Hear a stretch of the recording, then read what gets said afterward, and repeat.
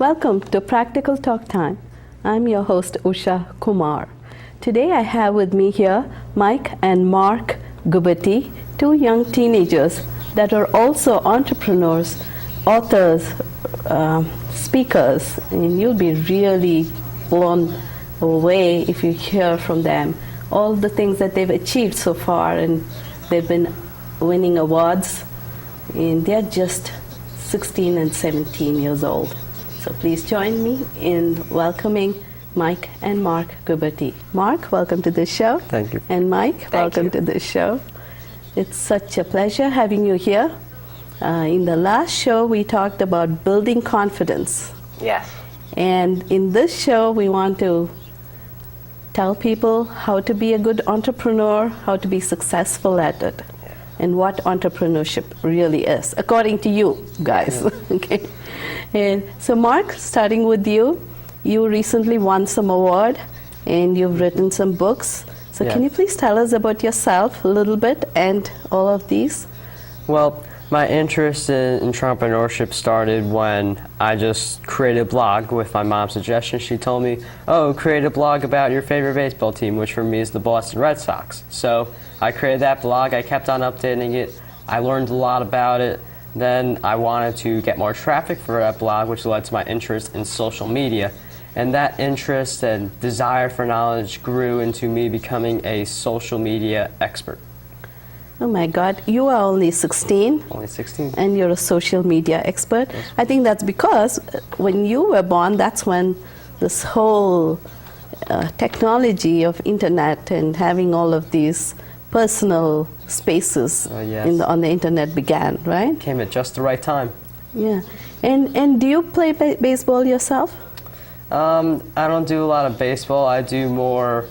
you watch it? Yeah, I watch it enthusiastically. I love watching baseball. But in terms of the sports I actually do, I run cross country and track for my high school team. Oh, I see.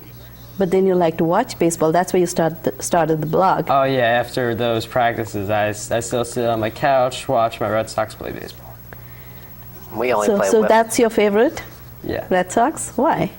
The Red Sox were my favorite because my mom and brother are Mets fans. I didn't know which side I was going to be on, and my dad was a Yankee fan. You wanted to be on the other side. The only thing I knew is that I didn't like the Yankees. It was like I was more of an anti-Yankee fan than a Mets fan, and then the only thing I could do at that point was become a Red Sox fan. So when was that? How old were you when you became a Red Sox fan? The Red fan? Sox won the World Series that year, so call me a front runner if you want, but I've been a fan of them even when they lost almost 100 games. That happens. Even I've been fans of certain teams only because they won and they did really well in a certain series, and afterwards they can bomb us as much as they want, but then you're hooked. They gave you the thrill that you wanted. Yeah. And you see them as heroes, right? Yeah.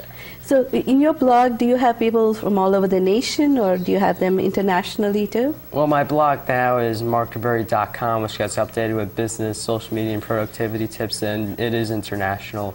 People from all around the world are visiting. Oh, it's not just baseball now. It's not just baseball. Now it's all about social media, because all the knowledge I learned about social media and blogging, I thought, why not just create a blog about that knowledge of social media and blogging? I see. How much time do you spend on that on a day? Half an hour to an hour just on blog posts, and then I write books and do workouts. So when do you do that? What, in the morning, the afternoon? In the morning, evening? always. I wake myself up every single day at around 8 a.m. I set an alarm clock and I leave it on my desk. You only wake up at 8? 8 a.m. When do you have to get to school?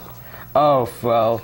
Not on a school day. Oh, for a school day. Oh, you're talking about summer vacation. Yeah, I was talking about summer vacation time, 8 o'clock is okay. Right. On a school day, when do you wake up? School day, I wake up at like 6:30. I don't get enough time to do any work, but I just go to school and then I do all the work when I get home.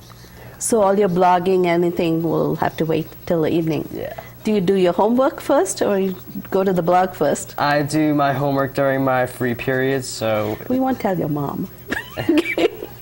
So in the most part, it won't be a concern. When I do get home, though, I do the homework first, because I feel like when I'm writing a blog post, at the back of my mind is I have to do that homework. It's due tomorrow. And then that just prevents me from writing. So you have your priorities? Yes, priorities. Okay. School homework, then you do the blog? Yes. And then when do you have time to write? I write after I write the blog post, because writing the blog post gives me the writer's energy. Oh, it warms you up. Yeah, it's a warm up, and then I write my books. That is wonderful. So now you already, while you're writing the blogs and reading those, you get your ideas. Exactly. And then you're in the mode for writing. Yes, and creatively. then there's some of my blog posts. I look at all my blog posts every once in a while, and I look at the title, and one of the titles of one of my blog posts happens to be one of my next books, sometimes. Oh my God. And how many books have you written? What are those? Well, I've written How to Be Successful on Twitter, I've written How to Publish More Kindle eBooks Faster, and I've self-published a whole array. What books faster? How to Publish More Kindle eBooks Faster. Kindle ebooks? Yes. Oh God, I need to know that. By the dozen. Yeah, there's a lot of benefits of creating Kindle ebooks, because it's digital, it's free, there's no shipping expense, and Amazon takes care of all of it for you. Oh, Mark, I need to get you to my writers group. They're in Richfield. If your mom will bring you there, they would love to hear this, because that's what they're looking for, really how to do it. And how to do it successfully. Yep. Wonderful. Congratulations, you won an award. Yes, my brother and I won the Rule Breakers Award together for our business Teenager Entrepreneur, for breaking the rule where you have to be 18 years or older to be successful. You know, the job applications, you have to be 18 years or older. You have to be a certain age to be successful and get the job position, but why not start? You are an entrepreneur. Yes. And which means you have a company and that's making money. Yes. Right? Yeah. Okay. I mean, not all companies start making money. I know there are big adults who have started companies that don't make money for years. But it's wonderful that you have a business and it's successful, and you're doing this in your spare time now. Yeah. Hopefully, you think after education, when you finish, you'll go full-time with those? Oh, yeah, full-time. Okay.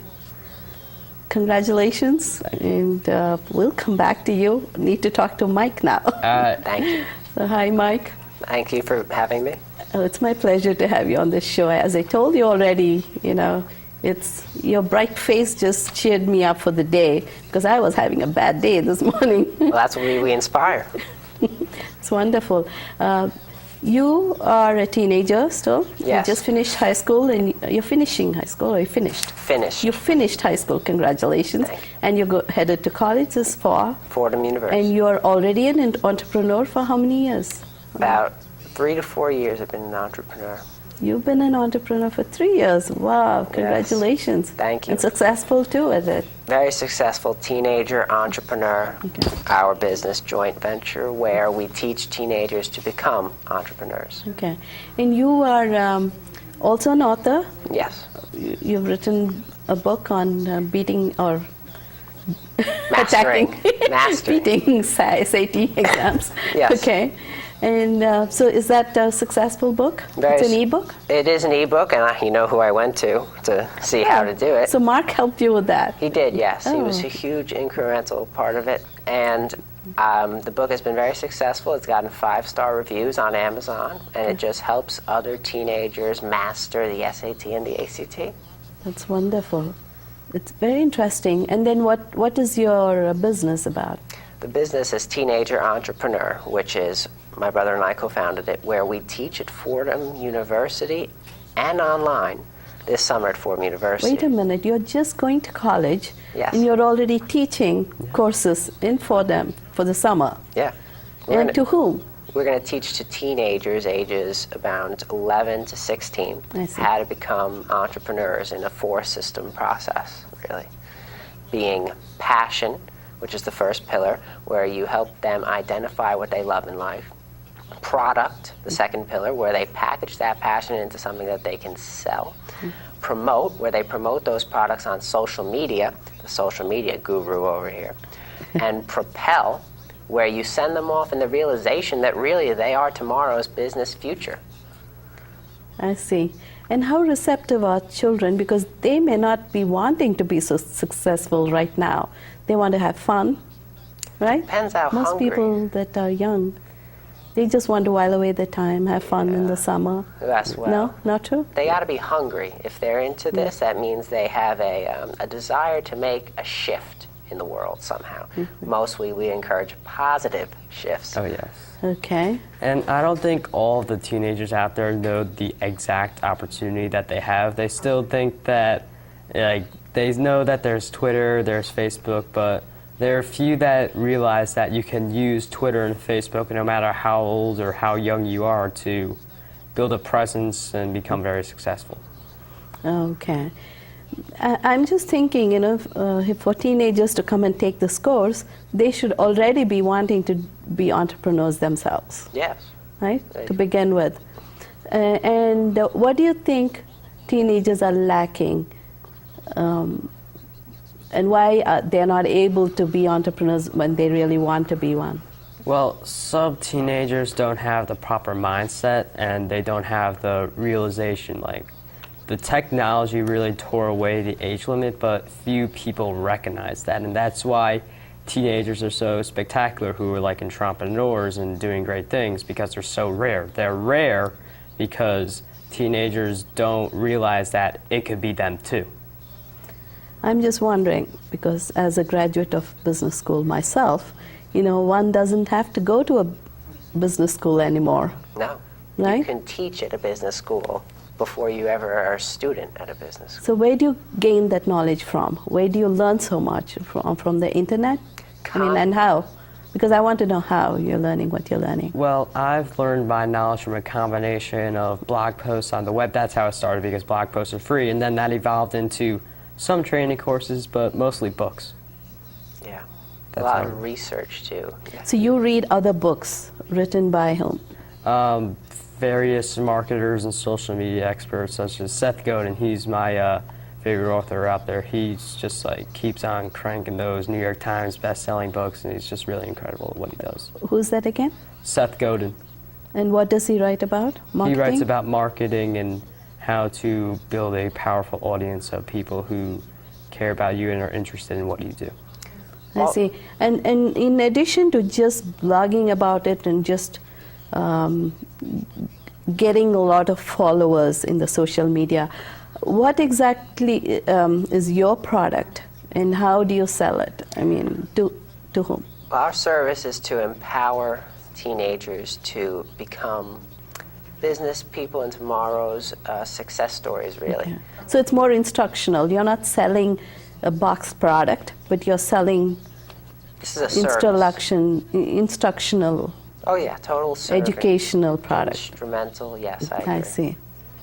So I'm just bowled over because there are so many subjects one has to learn in depth Oh yeah. in the business school, in hands-on experience with. I mean, one has to do several problems in school using certain principles, you know, in order to attack real life, real world problems at the corporate level. Right. So I'm just quite amazed that you are trying to attack it from a wholly different angle, Yes. and just using social media and trying to garner all that clientele Yes.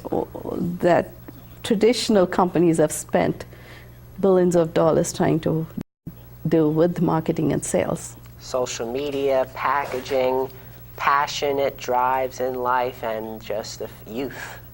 Youth is powerful. It's amazing. And you both are very lucky because you seem to have some good genes and good parents that help yes. you, that promote you, in the sense they are your cheerleaders They and also are, your yeah. guides. Mentors. Totally Mentors? mentors, absolutely. Yep. Isn't that wonderful? It is. It's incredible. So what do you tell to children who may not have that? How do you guide them? Well, what we tell children is that there is no one who is stopping them. They can start at any time they want. You don't Okay. need permission. You don't need approval. Choose yourself and That just is wonderful. go out there. That is a wonderful thing. I came to know about that, I don't know, in my 40s or 50s.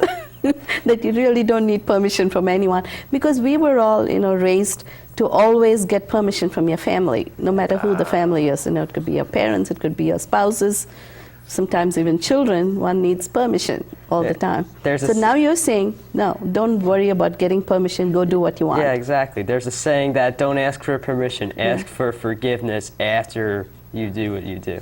It's easier to if get it affects them. Yeah, right. Right? Well, that's very interesting. It's lovely talking to you about these things. So you talked about these 4 pillars. So we only got to a couple of pillars, right? One is the passion. We really didn't even get into it. So Michael, you want to say something? It really starts with determining your top drives in life, what you think about, what's your majority of your thoughts are spent on, and that is your overarching vision. Yeah. So what are the big clouds in your vision?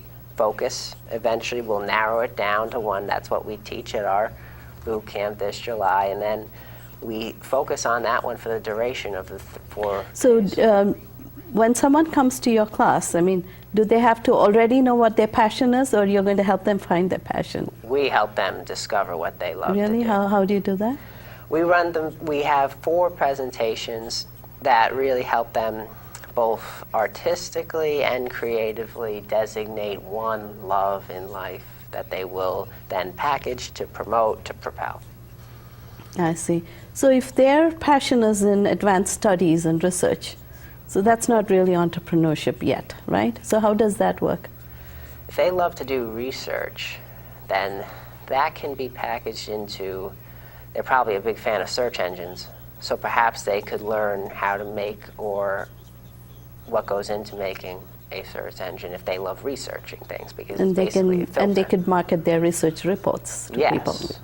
They could create training courses based on what they research, or blog posts based on the topics that they research. So one has to find their passion and then kind of work with that and package that. Exactly. So what's your, so passion is your first one, so you find it, you package it. What's your second one? Product, which is what you package it into. Okay. You could do a training course, you could do an online, you could do seminars. Does it have to be just one product or several? Several. You can have a group of Dozens. products. Okay. They could be all different products? Yes, they could different build level? a product empire is what they could do. Okay. So you can even start small but have all of the products of their passion. Yeah, all it takes Okay. is one passion. That's the required, that's all you need. So like what you're doing, really, right? Yes, we are So what is your passion? What did you find out is your passion? to elevate the lives of our peers. Isn't that a lofty goal? Yes, and one will realize we're going to manifest that. Oh, that is wonderful. And Mark, yours too, or was Yes, yours we passion share- a little different? We share the same vision. Okay, but different passions? Yeah, you're more into the He has different skills. yeah. We have different skills. I'm more into social media. Michael is a very persuasive person, but in the end, we both have the same vision. We want to empower teenagers with the knowledge that they can be successful and thrive. So in order to empower teenagers, so who's the motivational speaker? We both motivate the teenagers through our own stories and through various examples of other people's stories. Yes, we take, like on my website, for example, take a quote from a professional athlete and then their story and their message, what they went through, their struggles, and how does it apply to you, the reader? How can that help you? How is this reading going to enhance you? So don't get just mired in all of the information and No. seemingly random data, but try to find stories, things that will help you Yeah. promote your passion We live and in your products. Yes. Yes. There's almost, you could be easily mired in information because people say we live in the information age. Yeah. What you really need is wisdom, just not total facts all the time. What can you actually use? I'm wondering, at such a young age, at 16 and 17, doesn't wisdom need a lot more years to develop? Not if it's been handed down. So you're benefiting from the wisdom of your parents and other mentors, In part, teachers, yes. whoever In is part, helping you. And that's a very interesting thought too, because when one has this kind of an idea that, oh, I can utilize the wisdom from parents or other people that have been there, done that, and who have written books about it, from their experiences. Yeah. You know, one automatically develops the deference, the respect Yes. for other people. Absolutely. And so this is a wonderful concept again that you've already discovered, and it's always there, but many teenagers don't understand that, and that is when they get all disrespectful to people that have the experience and wisdom, right? Yes, they try on a lot of attitudes because they're not sure which one fits them properly. They can go from brash to reserved, quiet, never talk, but eventually they'll find some sort of a compromise. So how would you both help? You know, either of you can answer, or you can each answer the same question. So how do you help students who don't realize that they can gain the wisdom from elders, and so how do you help them with that? Well, what we would do is we would show these students what famous people and visionaries were like when they were young. Like Steve Jobs, very great visionary, but there were a lot of things going wrong with his life before he created Apple. And then when Apple became $1 million business, they kicked him off of the team, and then he had to found Pixar and then find his way back on the team and fight his way to CEO. Yeah. So what happened when he was young? What was very key thing that happened? Well, some of the things, when he was young, he was just like any typical kid, but he was a prankster. He was like big on the April Fools, like crazy technological pranks. Like I don't want to say something wrong here, but he just made a lot of pranks about like technology, and he like mixed up all the locks for like the bicycles, and then like everyone was out there for like hours trying to. So a fun-loving kid, like anyone else. Typical right? prankster. And a prankster because his brain he had that extra energy he wanted, right? It's very interesting. You see the energy, you see the ability. That's but what I'm seeing. It's channeled in the wrong direction. Right. Yes. So how did he turn it around? Well, from what I remember, he was like riding a motorcycle, bad point in his life. Then he saw someone who was inspirational, and that person changed his life, and then he just turned it around. He turned the creativity of being a prankster to the creativity of making Apple products. All because of inspiration.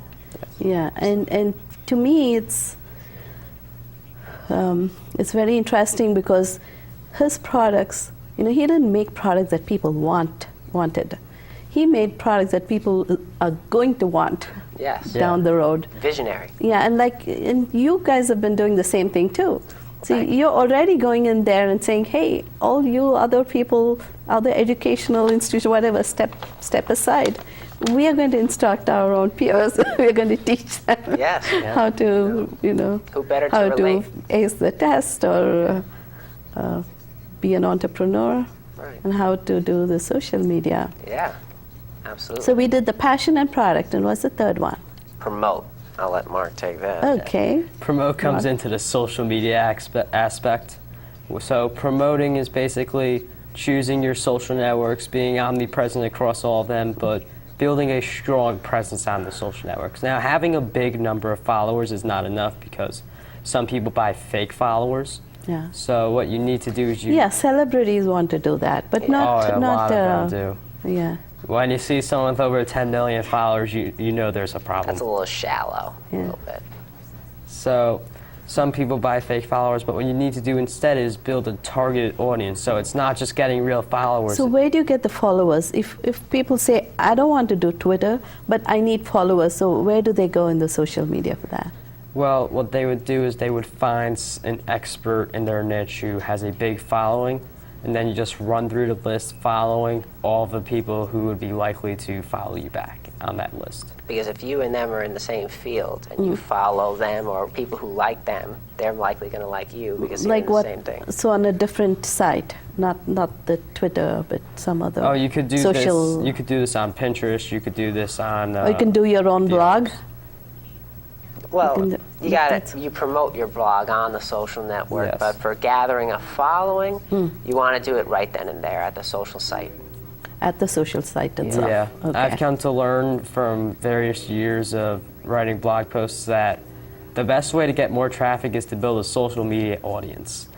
I remember it used to be very difficult for me to get search engine traffic, but right when my Twitter traffic got increased dramatically, search engine traffic also increased dramatically. So with the following, that you have, why do you have to increase that? How does it help your bottom line, your revenues? To increase it? Well, the more people that know about you, the more potential customers you have.